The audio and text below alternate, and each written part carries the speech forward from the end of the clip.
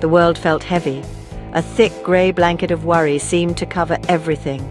I walked through the city, but I did not see the people. I only saw shadows moving past me, each one carrying a burden as heavy as my own.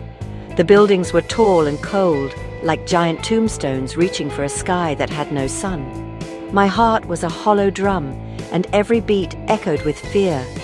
Anxiety was a constant companion, a whisper in my ear telling me that I was alone, that no one understood the storm raging inside me. This world, once so full of color and promise, now seemed broken and empty, a place where hope had packed its bags and left without a forwarding address. My feet moved on the pavement, but my spirit was stuck.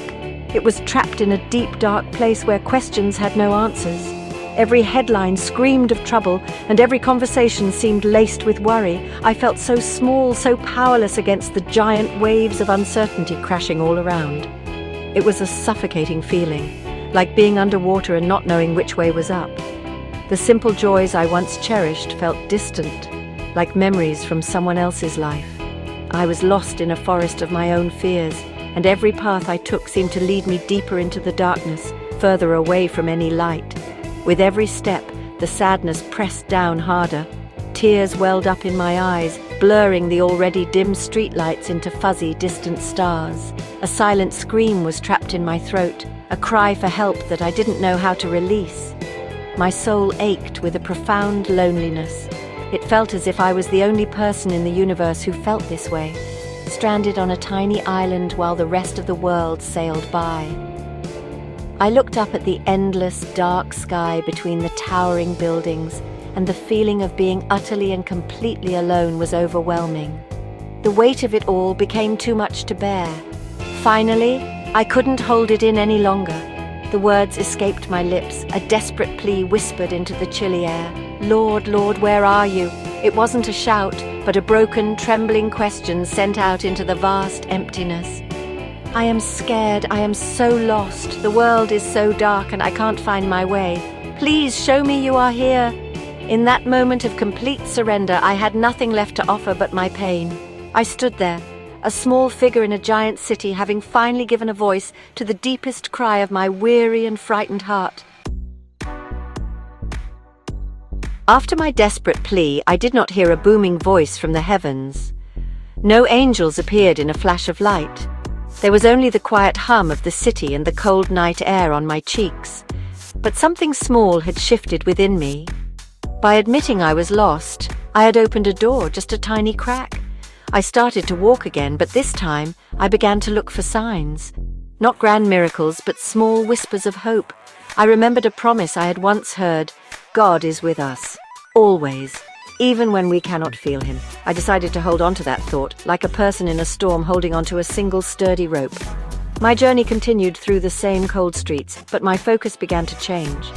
I noticed a single light on in an apartment window high above, a warm golden square against the dark building. It seemed to say, "You are not the only one awake." I saw a stray cat cautiously cross the street, nimble and resilient, finding its way in the shadows. These were simple things, easily missed before, but now they felt like little messages. Maybe God didn't shout from the mountaintops. Maybe he whispered in the quiet moments. Maybe his strength wasn't a lightning bolt, but a steady, gentle presence that you had to be still enough to feel. I thought about trust. It was a word I used often, but did I truly understand it? Trusting God meant believing he was working, even when I couldn't see the results. It meant believing that his plan was better than my fear. It was a choice, a difficult choice, but a choice nonetheless. So I made it. Right there on that lonely sidewalk, I chose to believe that God had heard my cry. I chose to trust that he was walking with me, even if I couldn't see his footprints next to mine. This small act of trust was like planting a tiny seed in the barren soil of my heart. That seed of trust began to sprout a fragile stem of hope. The crushing weight on my chest did not vanish instantly, but it felt a little lighter. The suffocating anxiety loosened its grip, just enough for me to take a deeper breath. It was the first real breath I had taken in a long time. Hope wasn't the absence of trouble, it was the presence of God in the midst of it. It was the quiet assurance that I would not be consumed by the darkness. A new thought began to form, faint but clear. I will get through this. Not because I am strong, but because He is. As I continued my walk, I pictured my fears and sorrows as heavy stones in my pockets. Each worry was a jagged rock, weighing me down, making every step a struggle. There was the stone of uncertainty about the future, the stone of past mistakes, the stone of loneliness, and the heavy stone of a world that seemed to be spinning out of control. For so long I had clutched these stones tightly, believing that if I just held on hard enough, I could somehow manage them. But they were not manageable.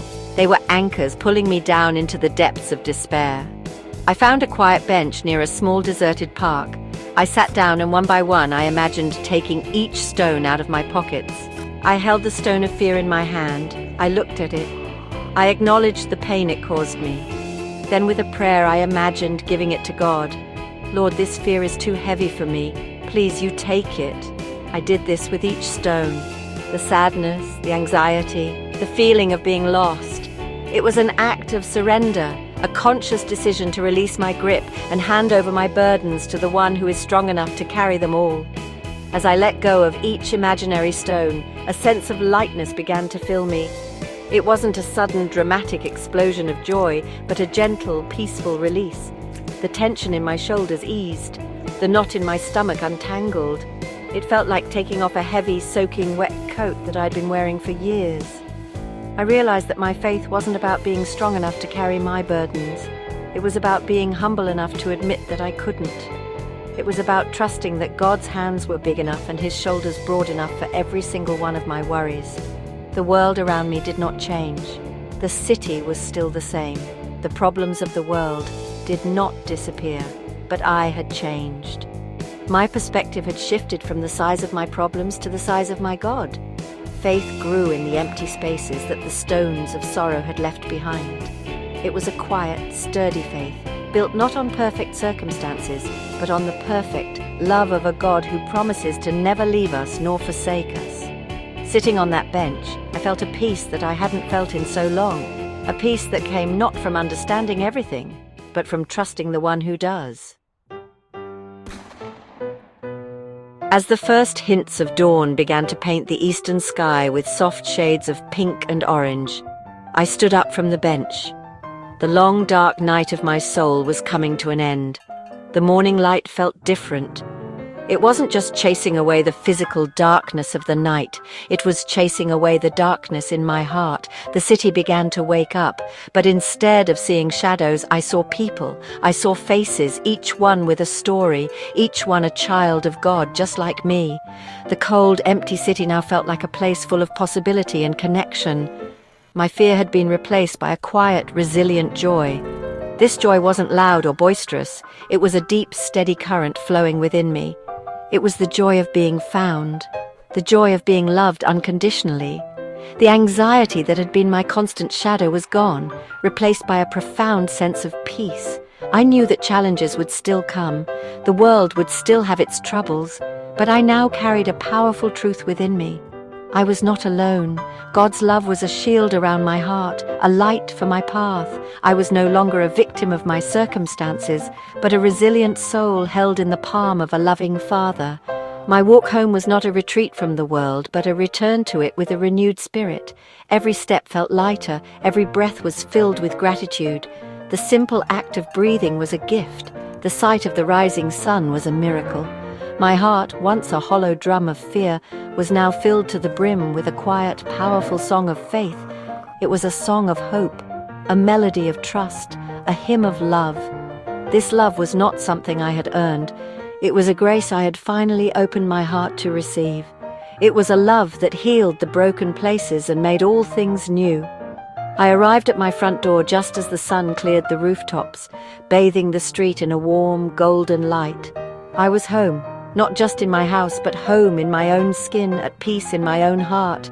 The journey through the darkness had been painful, but it had led me here, to this place of unshakable faith and quiet strength. I knew, with every fiber of my being, that whatever came next, I would be okay. Because the God who guided me through the darkest night would surely walk with me in the bright light of day. His presence was my peace, and His love was my joy.